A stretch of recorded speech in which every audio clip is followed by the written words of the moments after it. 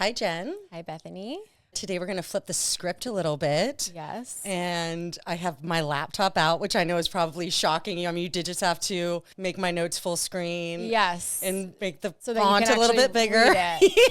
You're welcome. You're already nervous, but so today I'm going to run the ship and Jen's going to just be a passenger. And I'm excited about this. Okay. So today's topic is about navigating your emotional needs while recovering at home. We did an episode about kind of the physical recovery and tips and tricks to help you navigate that better. But really the emotional aspect of it is something I don't think we give enough attention. Yeah. It's definitely not something at like discharge. They're like, make sure you're really you're loving on feel. yourself. Yeah. And these are these emotions that you might go through. Right. So the first thing I want to talk about is something called the 5-5-5 postpartum rule. Have you ever heard about this, Jen? I mean, no, you briefly talked but I to already it. forget. Well, good thing I'm going to teach you.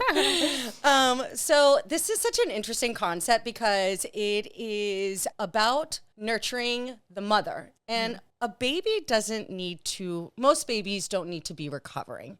The mom needs to be recovering after a C-section. Sure. Yes. The baby just needs love, but the mom is the one who really needs the attention to be focused on her recovery. So the 3-5 stand for, the first 5 is 5 days in bed, and this is once you're home. So 5 days in bed, 5 days on the bed, something I call bedding, and then 5 days around the bed. So it's highlighting, really focusing on 15 days of just embracing your recovery. Yeah, focusing on yourself for those 15 days. Exactly.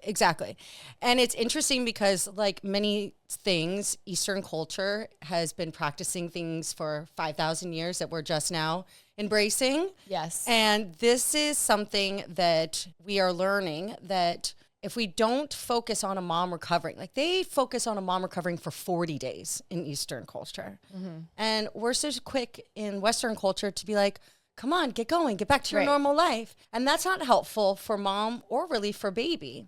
Right. So when talking about this rule of 5-5-5, what I love about the second 5 days is that if you have other children, it's a great way for them to, now you've healed a bit more, you're maybe 7 days post surgery, that welcoming them on the bed, getting to know the baby, reading them books, doing puzzles, doing little things with them so that they feel a part of your recovery as well. Yeah. And so the expectation is that you're not going out and having other responsibilities other than taking care of yourself for those 15 days, 2 weeks. Focus 15 days. Okay. Are we going to go through them one by one? Or is that? No, I can't. Because I want to think about it. So because at first I have 5 days in bed. Well, I know. I thought I was like, that feels like bed. a lot. Because you do, obviously, you're getting up to go to the bathroom. Right. And to do various things. But well, think about it. 3 to 4 of those days, you might be at the hospital. Right. So, no. This is once you get home. Oh. These 5 days start. This is once you have entered into your home space. That day one starts. Okay. This is pausing you for a moment. So now we're really. Yeah. So you're like, really, this is longer. Yeah. This is actually maybe 8 days focused on being in bed. Yeah, 7 to 8 days. Yeah. Where you're mostly. I mean, you actively need to be. Or is this for all postpartum? Well, this is for all, but really for C-sections, this is really important because your first 5 days home, you should be focusing on rest as much as possible. You should be focusing on movement, right? We don't want to increase the risk for a blood clot. Right. But if everybody in your home knows those first 5 days that you're home are focused in on you resting in bed. So what are you not doing? You're not doing light chores around the house. You're not trying to entertain your other children. You're focusing on yourself for those first 5 days at home, along with this newborn baby that you're obviously feeding, still changing diapers. You're still doing things, right? But it's shifting your mindset. Yes. Okay. That's what it's about. And so what's the difference between 5 days in and 5 days on? Okay, so 5 days around. All of it. Okay. I don't get it. Well, okay. Okay. Well, I got to do a better job teaching you, Jen. Okay. So the 5 days on the bed or more, now you're inviting like your other children to come and be a part of your recovery. Okay. Okay. So you're like maybe getting out of bed a little bit more. Maybe you're not needing to sleep as much as you were those first 5 days that you were home. Those first 5 days at home, hopefully someone's bringing you meals and water and all the things that you might need. The 5 days on the bed, now you're like, you're picking up your activity level. Okay. So it's more so, I think the concept behind this is setting the tone for everybody else and for yourself as well on what you're focusing on. Slowly pick up outside responsibilities Correct. other than your own actual physical recovery. Yes. Yes. And then the 5 days around the bed are when you're starting to now do like light chores. Okay. Okay. Just clean up your room. Yeah, I mean, you can fold laundry. Now you're probably feeling, if you have stairs, you're feeling a little bit more confident going up and down the stairs. Okay, but you're still going back and resting. Yes. You're just moving up around a little bit more. Can I tell you something that I recently saw that I really like? Yes. And I swear, this is having nothing to do with knowing that you were going to talk about this. Okay. But I saw this social media post of this woman who said for the first 15 days, so that would be the 555, that the the husband, let's assume, should change every single diaper. Wow, I like that a lot. Well, yeah, because if you're breastfeeding, she's like, or it's you're the bottles, least they can do. I agree You with literally are feeding the baby. Your body is recovering. Yeah. You have so much going on. She's like, changing a diaper takes 2 minutes. Yeah. It's so easy. Yeah. She and said it truly is one less thing that you have to do. every partner should do that. I like that. And it took me a minute, so let it marinate. Okay. Because I know what you were first thinking, the same thing I was, is what? Yeah. First of all, what did not happen for me, but I wouldn't even think. But she said it's just such a simple thing. Take it off your plate. Yeah. And then if it's just a thing, there's no like, I changed this one, you changed that one. And now what's maybe if the dad is taking care of all the other children the whole time. Yeah.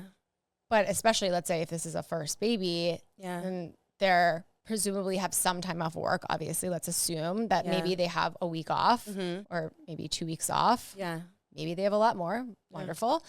But that those first 15 days, I think that is. I love that idea. We got to add that on to this rule. Yeah. You just expanded the 5-5-5 rule, Jen. And no diaper changes. No diaper changes. I love that. But imagine just taking that one thing. It's like a simple thing and just it makes me feel lighter just to think about it. Me too. Right? Well, and so much of I think what we talk about too, it's like things don't have to be like a massive change. It's the little changes that sometimes impact you in the most beneficial ways. Yeah, and just being like, that is one thing that I don't have to do. Yeah. And I'm sure you could do the same thing with maybe there's another task that you normally do. You normally load the dishwasher. I will not be loading the dishwasher for 15 days. Yeah. Oh my gosh, you could really create a Something laundry like list this. of things. Right? Maybe pick the one you don't Keep like going. the most. But then it's sort of nice. Don't you feel lighter just thinking, oh, that one thing that I normally have to do or normally would have done, I'm going to definitely for 15 days, kind of a set limit, not do it. I think it's a great idea. It's a great idea. I also think it is hard to sometimes when you're so wrapped up in the moment, we talk about the exhaustion that you feel at first. It's like thinking about tasking someone just feels like one more thing you have to really think about. That's so again, load. if you do this ahead of time, you have this conversation with your partner, with your support person ahead of time, with any guests that are going to be in the house. Yeah. Like just, again, put this on the whiteboard. On the whiteboard. Here's for the first 15 days what I'm not going to do. Your partner can share that task with a family member. Yeah. But I'll tell you one person who won't be doing it. Yeah. You. So there must be something to that 15 days because that's what she said. Yeah. Too, 15 days. Well, and I think if you think about it at first, I mean, listen, when I first thought about being in bed for 5 days, I'm an antsy I feel like person. it makes a little more sense to start with birth, but okay. I get the concept. Yeah. Because you're in the hospital. You're walking 2 to 3 you're days. trying to move a little bit, but Yeah. you are in bed Yeah. for a few days. And then when we were talking about pain that first week, Yeah. that's all when it's moving around is difficult. It is really difficult. It totally is. And especially if you do have other children, I think that's why I like the second set of the 5 days. Of course, they want to be around you and near you.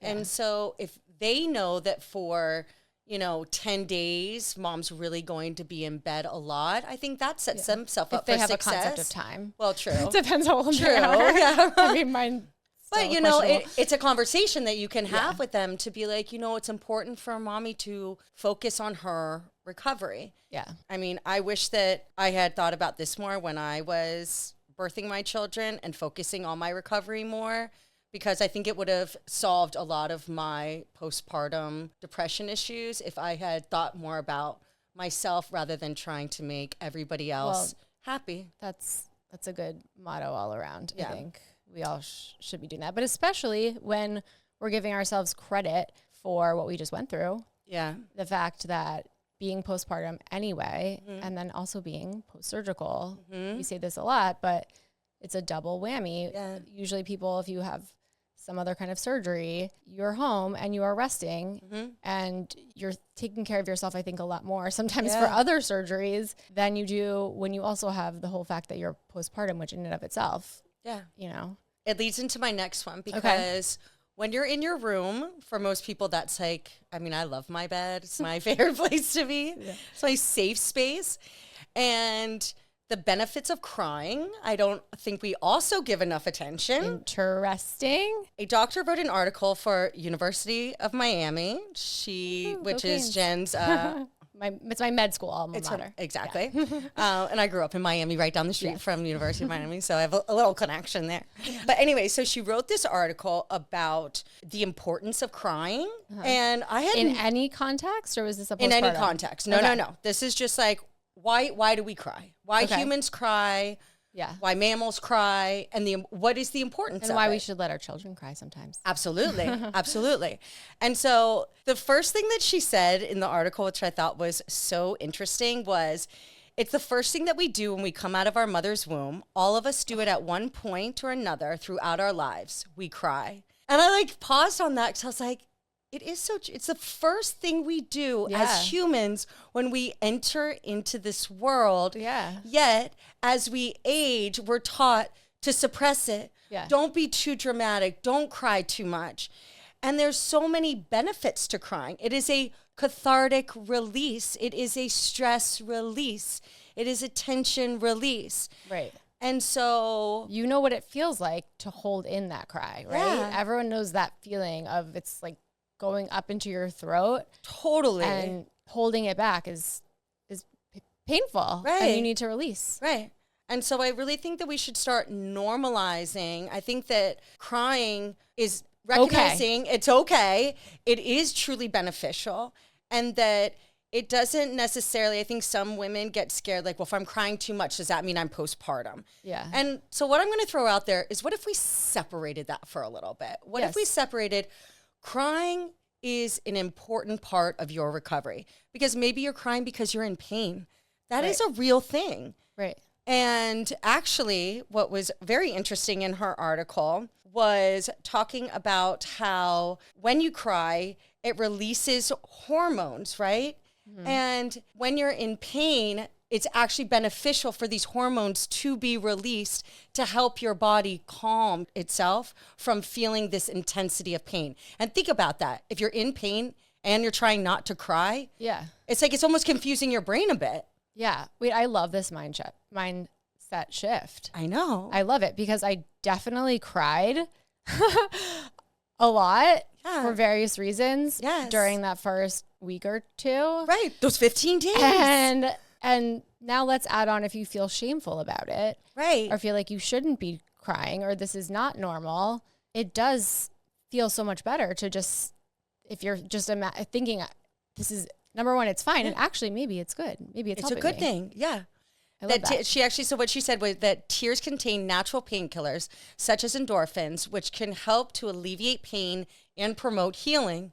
Which is exactly what you should be doing. So let it out. Yes, let it out. And two, I think sometimes other people feel more uncomfortable when somebody else is crying. Like it makes other people not. And they want to stop you. Oh, why are you crying? It's okay. Let me fix this for you so that you stop crying. Yeah. Instead of just maybe being like, oh, enjoy your cry. It's a part of my healing. Go enjoy your cry. Yeah. It's a part of my healing. It's releasing stress that I'm feeling. Yeah. And it's helping me regain a sense of normalcy, because even if you've gone through birth before, it still is overwhelming becoming a mother. And so if we allow ourselves to feel like these can be happy tears too. They don't have to be tears of just sadness. True. Good point. You know, you're looking at this new baby you just created. Right. And you're just so overwhelmed with emotion that you cry. I mean, I remember coming home, and especially for Sable, because he had been in the NICU. And, you know, I had like the swing set up. So I'd like planned ahead where I was going to put the baby because I didn't want them touching him too much. And I remember he's like in the swing and they're both looking at him. And I just started hysterically crying. Oh, yeah. And they were young. So they were like, Mommy, what's wrong? And I was like, I was so nervous because I just wanted him home with us, and it was hard leaving him in the NICU and coming home and them asking me so many questions like, well, why isn't the baby here? And that was hard to navigate a bit. So once he was home and I saw my three humans together, I couldn't help myself. And again, it was like, I felt so much better after I released it. And I kept having to say, no, these are happy tears. And along those lines, we a lot of times, I think, don't want to show emotions around our children. Right. I know I have a problem with being afraid of that. Yeah. And when you read about it, it's good because then they realize that they can share their emotions too, which is what we want, right? Yes. We want them to feel safe to express themselves so that they can, you know, not be holding things back too much in the future, et cetera, et cetera. Yeah. So them seeing us be vulnerable is totally okay. Totally. And that's why I like her beginning sentence saying it's the first thing you do when you come out of your mother's womb. Right. Like that just normalizes it in such a way that was so profound to me. I was like, it's the sound we wait for, literally. Yes. That first cry. It's so important. And it's such a beautiful sound. So it is. So the teaching in this is cry. Let yourself be in that safe space and cry when you need to cry, and not think that you're being weak, not to think that you can't show this emotion in front of your children or your spouse or your helpers, that this is a therapeutic release for you. Yeah, I love that. That's great. Good one. Okay, so the next one is, thanks, Jen. I'm so impressed. So the next one is having support people in your house, especially after a C-section. And honestly, I really just hope that everybody has somebody besides your partner. This is somebody like outside of that other parent who is helping with chores around the house, maybe taking care of other children, making meals, cleaning up, thinking for you. And I think this is where advocating for yourself is so important. And I know I was not that great once I got home with giving out tasks and advocating for myself. Like if my mom was doing something that annoyed me, I was kind of like, whatever, I let it go. But then when I think back, going back to changes I wish I would have made, I was building without even knowing things that were frustrating me and that were putting me in a negative headspace. And so I think that being really clear with your support people about what you need is super important. And maybe you have to explain to them why you need that support, because maybe they don't Can you give me an example? Okay, I will. So lifting you out of bed, or just like being there for transitions, especially those first 5 days. Like I remember I was just trying to do it all on my own. Why was I trying to do it all on my own? Why didn't I say to my mom, yeah, if you have somebody there, can you help me get out of bed? Because it's going to decrease my discomfort. And also it feels nice to have, like, when the nurses come in and they help you get out of bed, that feels so comforting. You know that you're in somebody else's care. You're literally in somebody else's arms, and bringing that concept into your home. I think in those first 5 days as well, somebody should be helping you in and out of bed at all times, especially if you don't have a bed that the head raises or the feet raise or something like that. So like we have arm rails. We're not set up for success at home with a normal bed. No, I needed help to sit up. I couldn't. Exactly. I couldn't. Right. Like were you mindfully asking someone, hey, every time I want to get out of bed, can you assist me? I think I did 5 days on couch instead of on bed. Okay. But did you ask for help off the couch? No.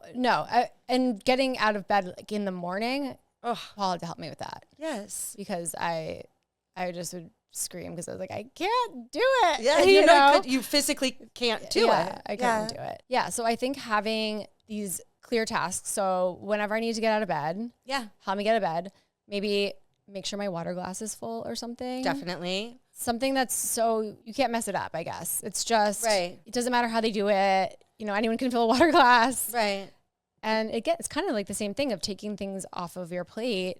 Yeah. And use those help. If somebody is there and maybe choosing wisely who your people are. Some people have bigger families than others. Some people have parents around. Some people don't. Yeah. But this is where the whole idea of community, where when we look at other cultures or way back when, how having babies was such a community thing. Totally. With extended family, but even friends, whatever it is. Yes. Think about how many times people might ask you, what can I do for you? It's so true. Everybody wants to help. They want to bring a meal or something. Who always says nothing? I mean, I'm very, it's okay, I'm good. Same. I got it. Same.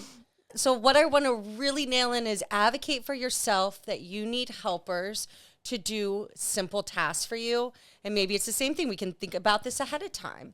Yeah. Versus being in the moment and feeling frustrated, like, why is my water cup empty? Right. And so maybe, people do meal trains for people, but having someone stop by for 2 hours and they're not really there to chat with you. They're there to help you with things or help with the other kids. Oh my God, I just had an idea just came. Sorry to interrupt you. No, it's okay. What if it was called a help train? Train. Forget the meals. Yeah. You can order in, but a help train, a 2 hour. Sign up for 2 hours, shift work. Oh, we're gonna figure out a way to put this out there in a big way, because that would be for every mom awesome. And if I could have done that for a friend, I would have been so happy to do that. You would definitely do that. I'd be like, I'll take 6 hours. Yeah, like I'm free. I'll clear my schedule. Yeah. And two, bringing the baby to you. I think that sometimes, especially with a first baby, sometimes the helpers around or the parents around are like, I don't know if you just want to hold the baby the whole time. And some people feel very strongly that they're like, it feels very off. Yeah. Emotionally, if that baby isn't near you at all times, you're not seeing them at all times. So again, that's gonna change daily. That may change hourly. Right. But being honest, you know what? I actually do want you to take the baby for 2 hours so that I can rest. You might have to just very clearly say that to somebody. Or what if the baby is sleeping in a crib or something? Mm-hmm. And it's so hard. I remember for me, it was just so hard not to want to get up and check and look. Of course. So for me to be able to sleep, even if someone's not holding the baby, maybe they're just keeping an eye on the baby. Please stare at my baby for 2 hours while it sleeps. If it sleeps that long, that'd be nice. Yes. But, to give you an idea where you can take a mental break, they're not really even caring for it. They just have eyes. Yes. I think that's a really good point, because that's why, at least I felt like in the hospital, I felt so comfortable when the baby was in the nursery. Right. And that was actually when I could sleep, because I knew there was a watchful eye. If something, God forbid, went awry, that things were going to be taken care of immediately. So one of the shifts could be stare at my child for 1 hour. Another shift I would love to take on. Yeah, exactly. So I think that support people really do want to help you, but sometimes I think we have to be more aware of directing them on all the help that we really need and taking things. Because I wouldn't necessarily, we're sitting here thinking of ideas right now, but if we had a longer time, I think we could come up with a nice list. Yeah. But if I'm showing up to someone's house who just had a baby, I don't know what they're comfortable with me helping them with. I don't know what they want. Where do I begin? Right. So being direct about it. Do you want me to hold the baby? Can I hold the baby? Asking. I feel like that's also a big respect factor. Yeah. To a new mom that should always ask to hold the baby. Yeah. Like just going over here and picking up somebody's baby, just, I don't know, that rubs me the wrong way. That's an ask. You definitely ask and maybe feel it out too. Yeah. Like, do you need a break? Yes. Yeah. Okay. Another thing that I think support people don't know what to do is when you are in pain, if you're wanting to be with the baby versus having alone time to just deal with this discomfort that you're feeling. For me, I remember feeling pain and being like, but I feel like I have to feed, and feeling that stress of, should I focus on like myself right now, or am I focusing on the baby? And so I think that's something to think about ahead of time. In those coping moments, will you cope better with the baby next to you or having the baby out of the room for a little bit so you can really just kind of process how you're feeling, especially if you're going to the bathroom for the first time? You know, that takes a little bit of time. Just like these little tasks, like, I don't know how you're going to feel about it. Your support people don't know how you're feeling about it. Yeah. And I think that pain is a hard one because that's where we really don't focus on ourselves. And we're too busy. Most moms are too busy trying to still care for the baby. And I think that's going to further the pain versus help decrease the pain. Yeah. If movement is exacerbating the pain, Right. then just taking a minute, rest, letting it settle a little bit, I think makes perfect sense. Yeah. And we're talking about emotions, right? Yeah. And exhaustion, being tired, being emotional. Yeah. Which would be the crying, the feelings surrounding worrying about the baby, or the thoughts, just kind of crazy thoughts that I think a lot of people experience. 100%. I call them mom thoughts. A lot of worry. And it's hard to separate ourselves from those thoughts. Yeah. But maybe knowing that they're common and taking time to assess how you're feeling and if rest would help, if sleep would help, how much sleep did I get in the last 24 hours? Yeah. Because that, just pure lack of sleep is going to affect a lot of things with how we're feeling and our emotions and all of that. Totally. Taking stock, I guess. Yeah. I also think it's hard to, if you have a colicky baby and that baby is constantly crying, that can really start to just put you in a hard position because you're like, why? What can I do better? How can I solve this problem, And that takes an emotional toll. The baby who will only stop crying if they're being held and also bounced. Yes. Right? You can't even hold the baby and not be moving. You must be walking around. 100%. You're mimicking the womb. They felt like they were moving all the time. It happens a lot too. I don't even think we need to define it as a certain type. It's obviously some babies worse than others, or if they have reflux issues or this and that. Yeah. But I think we've all had those moments where we need to be moving and holding the baby, and the mental toll of that, especially when our bodies are telling us we need to be sitting and resting and not moving. Right. And maybe choosing a support person that you do feel very comfortable with holding the baby. So that might be a family member or whoever it is, that you can allow yourself to take that break when you need to. Yeah. They're your safe people. Yeah. Okay, another thing I want to talk about, and I know I experienced this, I'm curious if you did too, the over-touch factor. Because I was breastfeeding, we are, wanting to bond with the baby through skin to skin. But then when other people would try to touch me, like when my partner would, like my husband would try to give me a hug, I'm like, too much, don't touch. Yeah. I just couldn't be touched one more time. And I just want to normalize that a bit. Yeah, and I think as mothers of young children, we all get that feeling still sometimes. Oh, yes. The last 3 nights, I've been having a child in my bed touching me every second of the night. They're really needy little buggers. They are. They truly are. Yeah. But I think it's okay to say, I'm feeling this overwhelming touch factor of like, nothing can touch my skin right now. I just need to feel like you have your own space. You have your own space. It's like, it's really your own skin, and it's just a pause moment.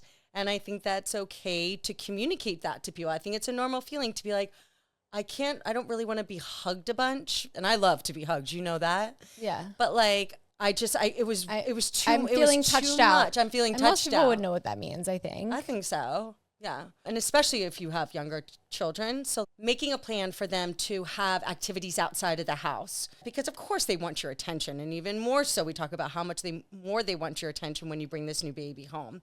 So having for the kids to be away, because it is a hard thing to tell to your 2-year-old or your 3-year-old, mommy can't be touched anymore right now. They don't understand that. Yeah. I mean, I definitely get that. Did you feel that?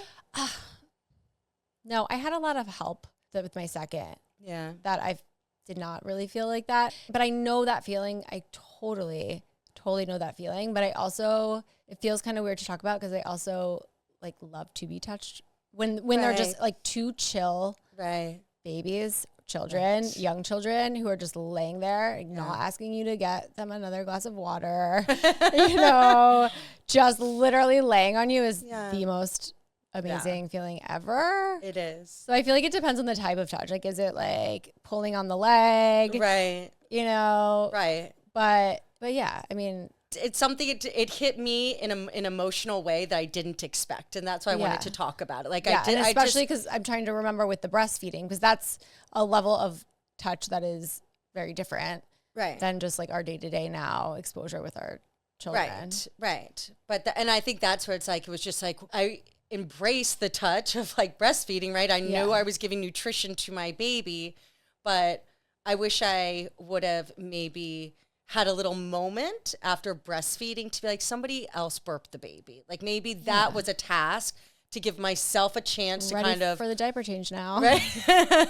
To like reset a little bit and not be touched. Yeah. So totally. I just think it's I think it's a really real thing. Yeah.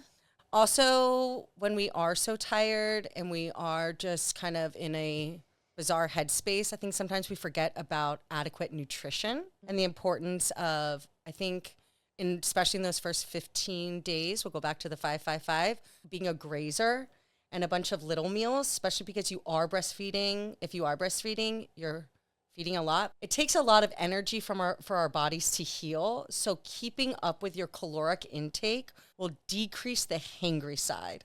And sometimes I would forget to I'd be like, why am I so frustrated? And I'm like, when did I last eat? Well, also that your schedule is not normal. Right. Your sleeping schedule, your wake schedule.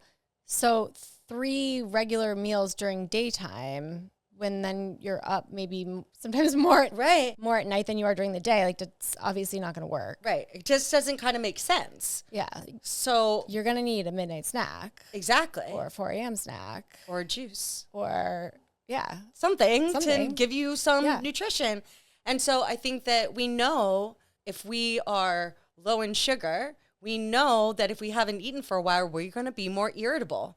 So set yourself up for success with having these little meals. Again, could be another task. Like, you know what, every 2 hours, can you bring me something? Maybe you're going to eat it, maybe you're not. But focusing a little nibble on fruits and vegetables. And hydration is super important, but also real food. Kind of is reminding really yourself. Yeah. The newborn period always brings me back a little bit to working crazy hours, just working a 24-hour shift or something like that. Although I've always said that what was amazing is how much harder the newborn thing is and how that didn't really prepare me at all. But I guess in some ways, because it's the same thing, like you get so tired and you need to eat something to keep yourself going. You need to stay hydrated. So easy to forget to hydrate, even if it's in the middle of the night. We're not used to maybe drinking water in the middle of the night, but we have to do it. Yes. Yeah. And so always having that water bottle with you and bearing in mind how much you've had and when's the last time I ate something. Yeah. And it's time again. Totally. Yeah.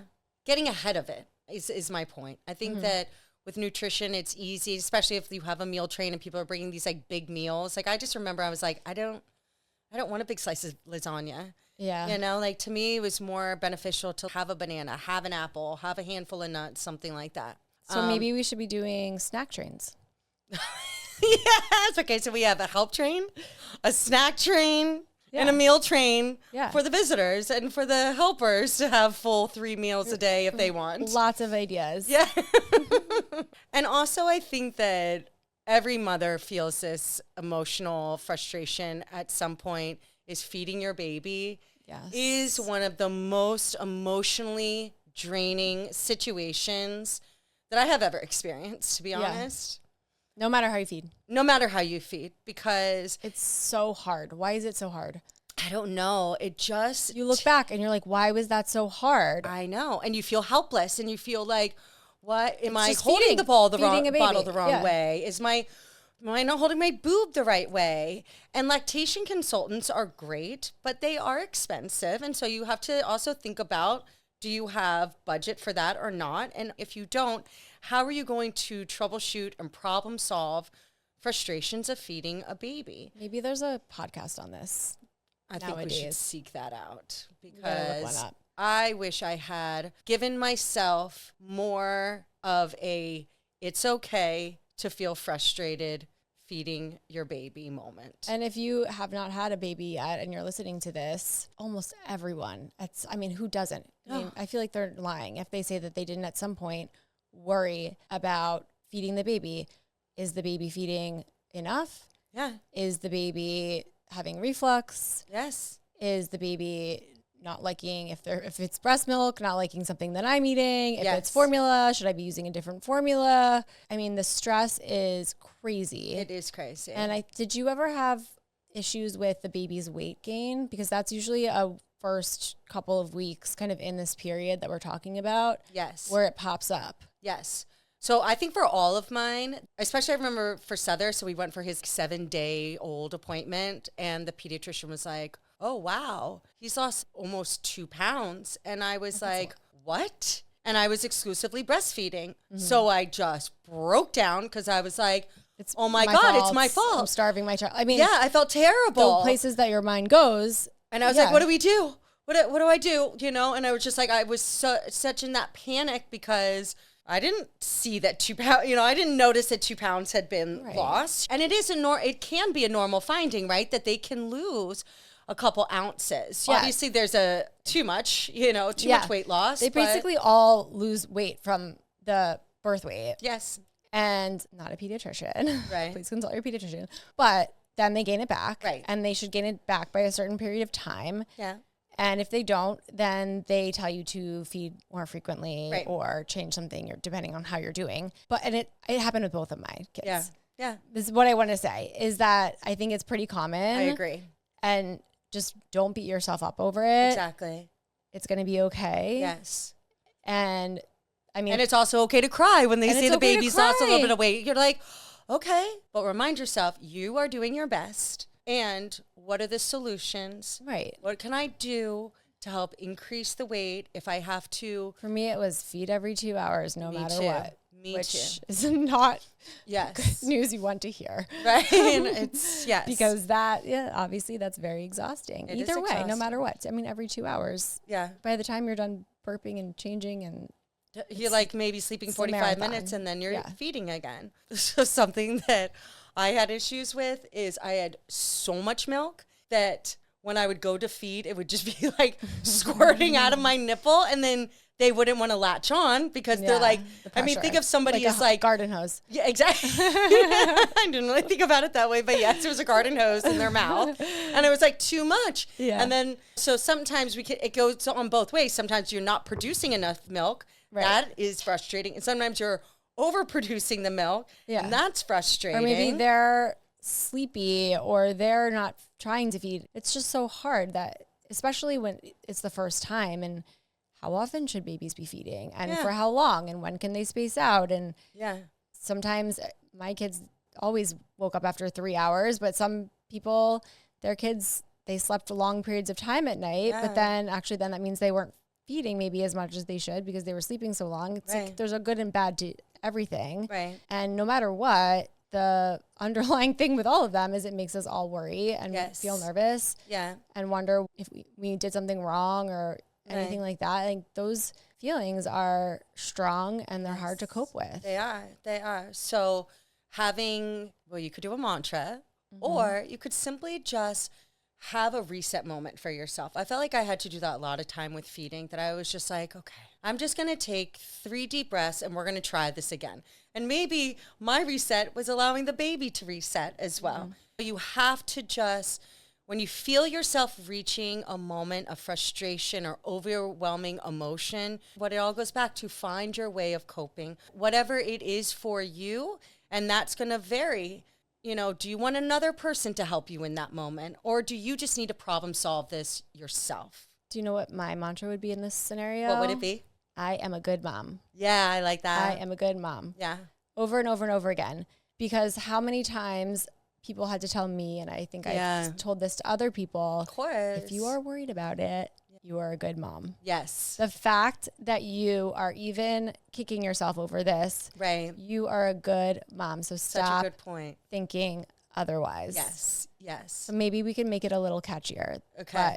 That's the gist. We got a lot to do I after am we a record, good Jen. mom. Yes. Over and over and over until you Yes. believe it. Yes. Because I'm going to add on to that. I'm doing my best. I'm doing my best. Because you are doing your best. This is not, yes, like our bodies know what to do, and feeding just seems like it should just come so easily and so natural, but we are learning as we go. And I'm sorry, but there's no book out there that is going to tell you exactly how to be a good mom. You are just going to do your best. Right. And you are a good mom. Yeah, you're a good mom too.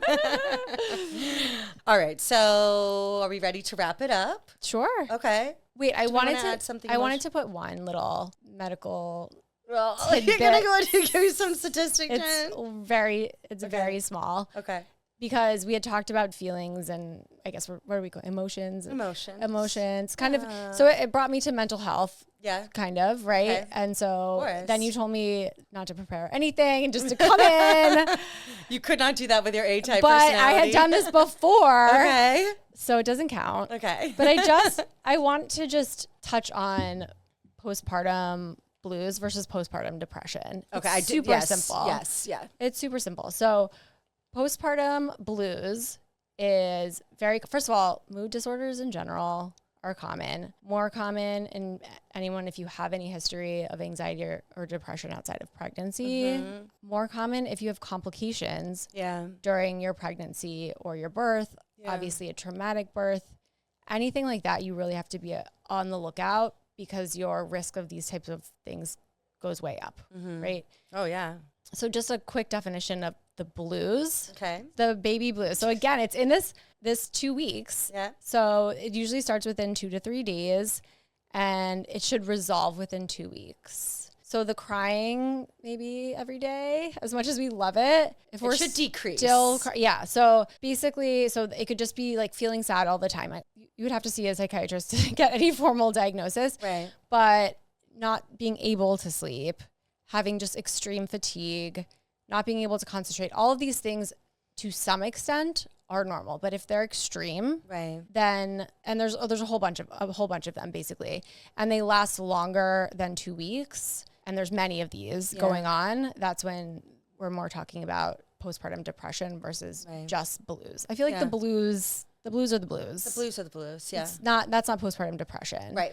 But just if anyone is wondering, and I think if you're thinking and wondering, am I experiencing, is this normal? Yeah. My feelings, my thoughts, how my body is reacting, or is this something that I should really pursue a diagnosis, pursue treatment, whatever that may be? Just that's a very basic definition, just so that you can go off of that. Yeah. And please do seek help, and please seek help early.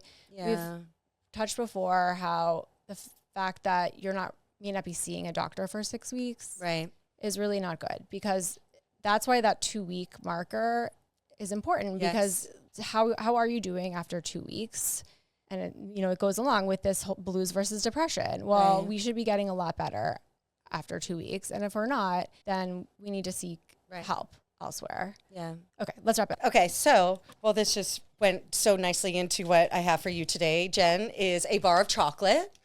Because chocolate, look at you smiled. No. You immediately smiled as soon as I showed you this.